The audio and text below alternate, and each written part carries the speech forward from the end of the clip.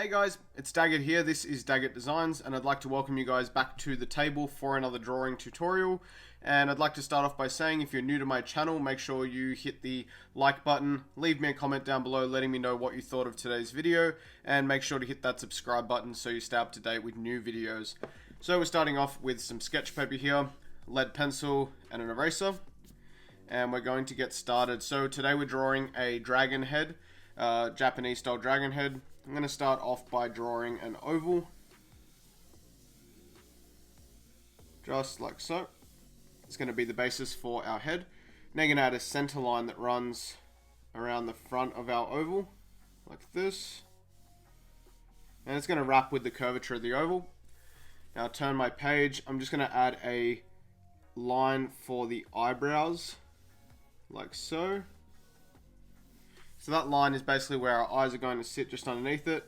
And you can add in a couple of ovals. Now I like to sort of make these on a slight bit of an angle, like so. Okay, now from here, I need to place in a nose, a shape for the nose. I like to come forward from the eyes and then up slightly. And just drop in a circle or an oval shape like so.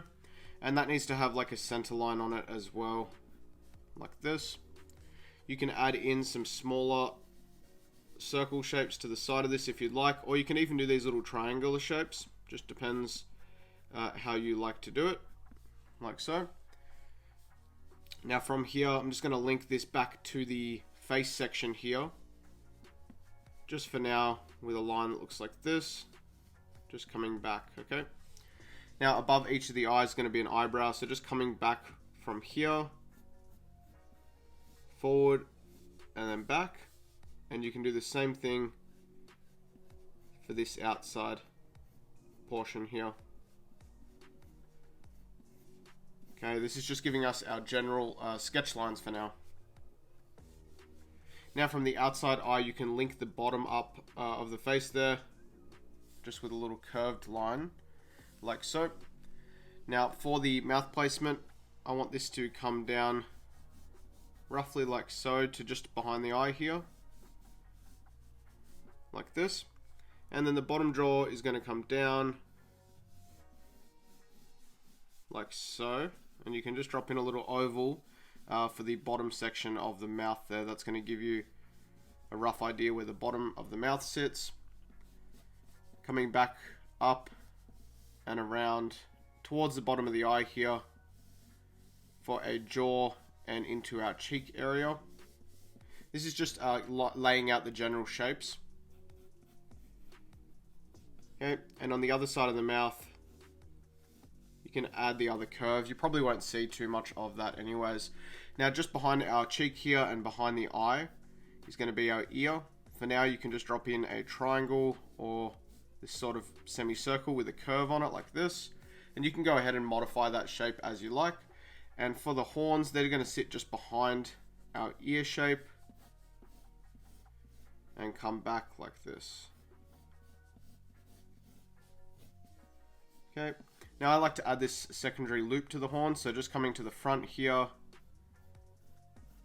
and adding this extra little section of horn like this that links back in. Now for your other horn, pretty much the same thing but on the other side. So you're going to see just a little bit less of it. And as you can see, this one sort of comes off the page because I've done things a little bit too high up, but we can just move that later on. Okay, so that gives us the basic shape for our dragon head. At the end of the eyebrows, we're going to add in the actual little eyebrow areas, little spikes. And in this case, I'm going to do these little skinny ones. They're sort of like needles, so we're going to start a bit wider, come out, and then taper out like that, so that they're thinner towards the end. You can do some sort of shorter ones and some longer ones like so. Bring your eyebrow forward, under, and back around like that. Now for your eyes, I like to come down around the base of the eye, up and forward. And then you can link up the front and the back section of the eye there. That gives you your actual eye shape. Now to add detail to our nose, I'll start by adding in the sort of nostrils, which are just going to be these little irregular shapes. and then sort of follow that shape for your actual nostril section there, the fleshy part, like so. And now coming around to the other side,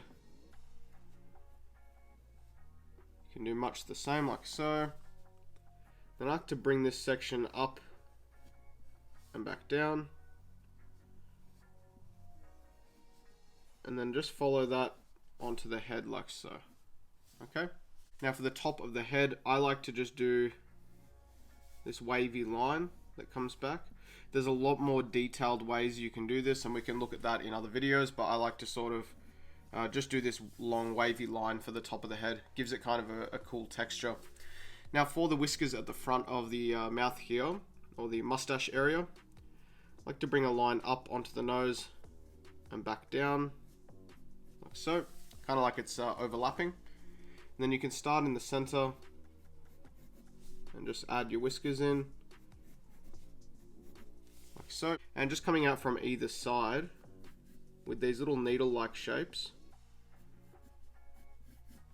that are going to give you the sort of mustache area of your dragon here.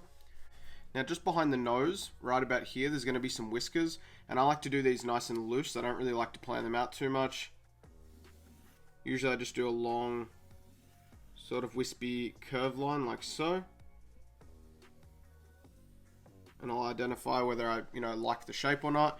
And then you can come in, widen the base of it by adding another line. And then of course, as you get to the end of that line, you can start to taper it off. It'll get thinner towards the end of the whisker where it just comes to a point. Okay? And you can sort of round off that point at the end of the whisker if you'd like as well. Now for the whisker that's on the other side, you can just add in a line. Obviously it doesn't have to be as long, it's just coming out from the other side, so you're not going to see nearly as much of it. And then double up on your line. Now for the top jaw here, I'm going to come back from our mustache area underneath our whisker with a curve. And then from behind the whisker, I'm just going to add another curve in. Again, I'm keeping this one nice and simple, going for like more of a traditional style. So this is going to create the bottom half of the cheek there. Now just underneath here, you can add in a large sort of tooth at the back.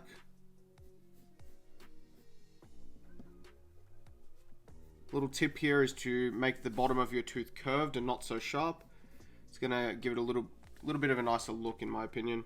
You can sort of add a few more curved teeth along the mouth there if you'd like, for the top of the mouth there.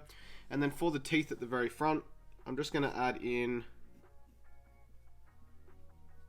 like a curved tooth, and then a little series of sharp teeth coming forward, and another curved tooth at the end there. That's going to be for the very front of the mouth. Now for this bottom section, I'm going to add in the teeth. So we're going to do a nice big curved tooth like so. Again, a little section of these little sharp teeth. And you can of course get really detailed with your teeth if you'd like to. And another curved tooth. Again, I'm just keeping this a little bit more simple, more sort of traditional style. And again, you can add in some additional little teeth coming back if you'd like. Okay. This is going to loop around like this, and you can add a bottom lip just by doubling up on your line, okay? Doubling up on that bottom line will add a bottom lip to your dragon there. Now for the tongue section, because we don't want to just see an empty mouth there, I'm going to bring a line down like so from the back of the mouth, and that's going to loop up and maybe out like this. You can bring that back into the mouth and loop around the other side. And now there'll be a little center vein that comes around like so. Okay, and then you'll see just a little bit of the other side of the mouth in there as well, like that. So that's going to give you a tongue. Now to do the hairs of the beard here, you're pretty much going to start by adding in the same style hairs that we've been adding, just these like long needle style spikes. Changing direction around the midpoint so that they come out the opposite way. And See, I like to do a combination of long and short ones there. And then coming up the back of the jaw here, again, you can still sort of keep a combination of shorter and longer ones, but you're pretty much going to bring them up the back of the jaw. And as you get to the back of the cheek area, or the back of the jaw area, I like to sort of make them even longer. You can make them as long or as short as you like them to be. And I like to sort of splay them a little bit as well. I don't like them to be so neat. So you can sort of see a lot of these are going in the same direction. It can be sort of helpful to splay them out a little bit like this. Just adds a little bit more of a distinct texture to it and makes it look like it's sort of curving around with the cheek shape. They're going to get a bit smaller as they come back onto the face here, and then the direction matters a little bit less. For the ear, I'm just going to follow our shape up and around, add a bit more of a wavy shape to the bottom of the ear, and then double up on that top line and loop around. And for the inside of the ear will just be some little curved lines like so, really simple. Now I've covered horns many times, so I'm just going to do one of them. Basically going to squiggle and do like a rough pattern for the outside of the horn. Yeah, just by adding in these varied pressure with my pencil here. This looks a lot better when you do it with a brush marker, so I'm going to come in and do that when I do the line work. But for now, just to get the general shape in there and to show you guys, pencil's going to do.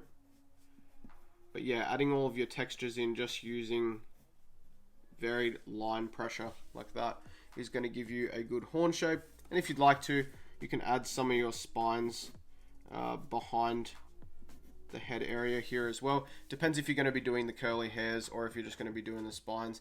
But that is going to give us our general dragon shape. If you'd like to here, you can just add some pupils in just by adding in these little circles.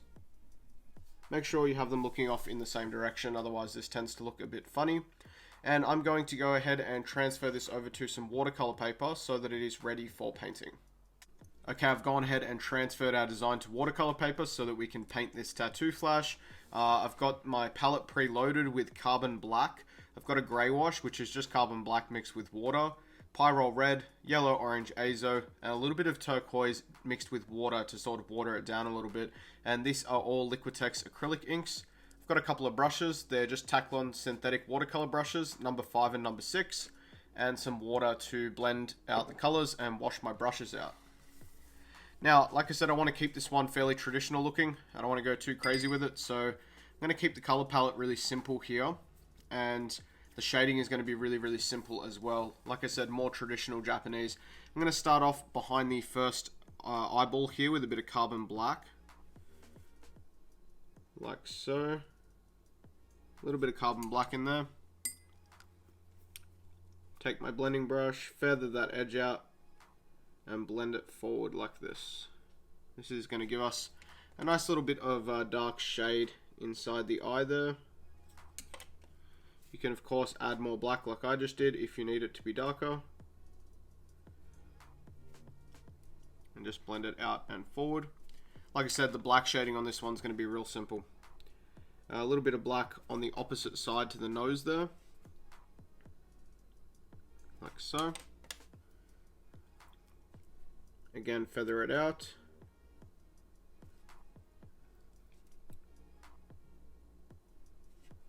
Like so. Now I'm also going to come in behind our eyebrows here, just with a little bit of our black. I just want to make the eyes stand out a bit. I want to make these areas a little bit darker behind the eyebrows. A lot of this is going to have a grey wash over the top of it, because we are going to be doing the skin texture mostly grey. Sort of in keeping with a lot of traditional styles. And there's also going to be a bit of black in the back of the mouth here, the opposite layer behind the tongue. And we're just going to layer our black in there, like so. Bring it pretty close to the edge. And then just feather it out to a grey right before it hits that edge, like that. Now for your horns, you're basically going to choose areas where you want there to be some shading, maybe behind some of these textures. So coming in here with a bit of the black like so. You can feather that out and move it along your texture. This is going to bring the grey pigment from our black there up and through the horn like so. And you can really get a nice layered effect if you're careful how you do this by leaving some of these sections a little bit lighter and shading some of them a little bit more intensely. You can get this really nice, almost three-dimensional horn texture. And I think that's a really, really nice way to accentuate the horns, make them look a bit nicer.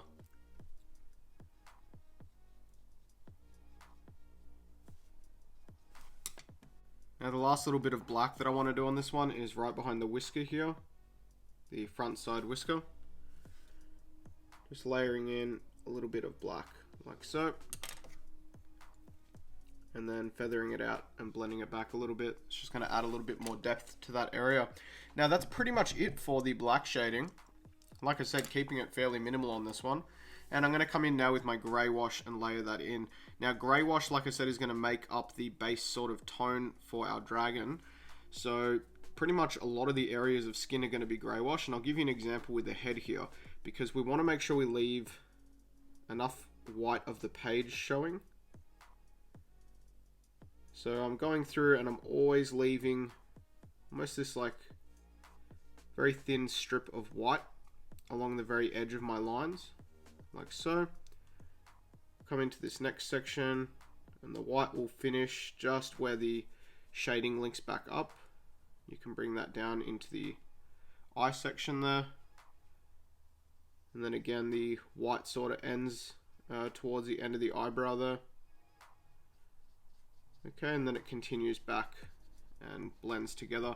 Now, because we're working with grey wash, which is you know, a lot more wet than the other inks, a lot more saturated, you have a little bit more drying time and a little bit more time to blend and play with your ink colors here. So you don't have to stress about speed too much with the greys, which is really nice.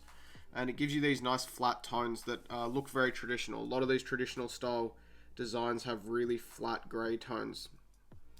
Nothing even close to that sort of realism style that's very popular today.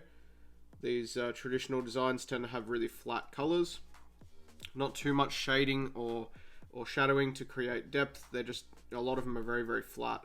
And I sort of like that about them. I think it gives them a certain aesthetic, gives them that traditional look that we all know. And, you know, a lot of people really love. So I try to still add a little bit of shading in there because I like to have that depth. But at the same time, I do like the way that traditional designs almost completely negate the need for that depth and shadowing that a lot of more realistic designs require. I think it looks cool, and yeah, it just has a certain aesthetic to it. For the nose, you're pretty much doing the same thing. Now I like to leave a lot of the skin breaks or the white areas of the page. You don't have to leave that much if you don't want to. If you want to go more saturated, you can. Then it sort of starts to look a little bit more neo-traditional. So it depends how you want it to look. And now I'm just coming down into the whiskers with my grey, bringing it forward, and I'll sort of flick it off towards the end, and it can just go back to white towards the end of the whisker. Again, I'm just leaving a skin break at the top there, top of the nose. Now for this bearded portion at the bottom, most of it's going to be our beard color, but I'm going to come in with my grey, just do a little bit on the underside of the mouth here, and then I'll just blend it down to white. This way our beard color can settle nicely and still look really good, nice and clean. A little bit underneath this bottom lip is going to be fine, and a little bit around the back section of the mouth here. And again, blending it out is going to help sort of smooth it out and make it look a little bit nicer. Oh, and something I forgot to mention here, you can do your bottom lip solid black if you like, or you can do it in a separate color, or you can shade it with grey wash like we did the whiskers. Again, completely sort of up to you. It's a creative sort of choice there, what you want to do with the bottom lip. I'm just going to do mine solid black. Again, sort of in keeping with that super traditional look of flat colors and yeah, flat fill shades. Okay, coming back in with my inking brush here and some Pyrrole red. We're going to go in and do the mouth and the eyes. Now for the mouth, I like to turn my page and paint in the opposite direction. I don't know, I just find it a little bit helpful. I'm painting in these little areas from different angles. Continuing through the rest of the tongue, I'm pretty much just painting in solid red. There's no blending or shading here.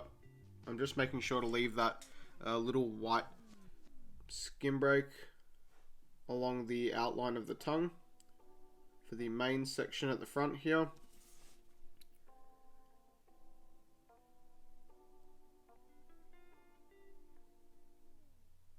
For the section behind this, you can come right off the line, and so now you can see that little bit of white we left helps to separate our red and the line there. We can bring that right up into the end there. And this is going to work the same way for the middle of the tongue. We're going to come right off the line now to the center of the tongue, leaving a little bit of white along that center line. It's that sort of middle vein of the tongue. Solid red in this little gap here. And then solid red again off the line like this. Coming off the line and towards the outside of the mouth, and then it'll go solid red again from the outside of the mouth. Like so. Okay, little sections of red that are inside the ear. Basically off each of these lines, I'm going to apply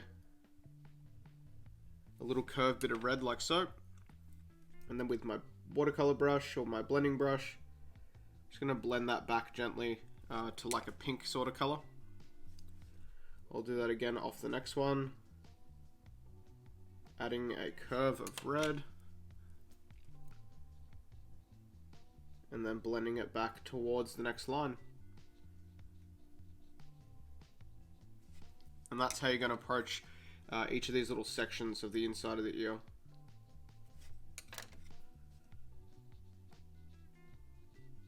Now I'm also going to take some red into the back of the eyes, and I'm going to blend this fairly far forward. I'll leave a little bit of white at the back of the eye, like so. I'll bring my red around and forward like this.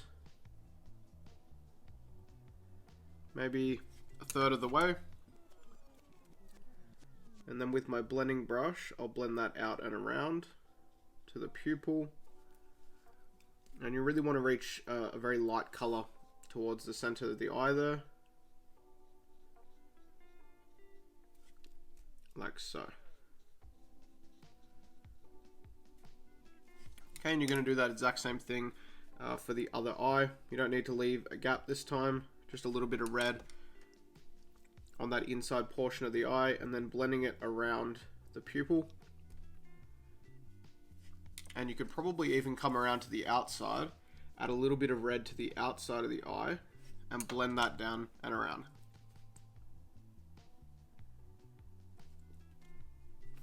Okay, washing out my brush here. Going into my yellow-orange azo. I'm going to start by using that in the eyes. I'm going to overlap pretty much all of my red here in working towards the center, like so. And then I can take my blending brush and blend that around the pupil, leaving just a little white ring around the pupil itself.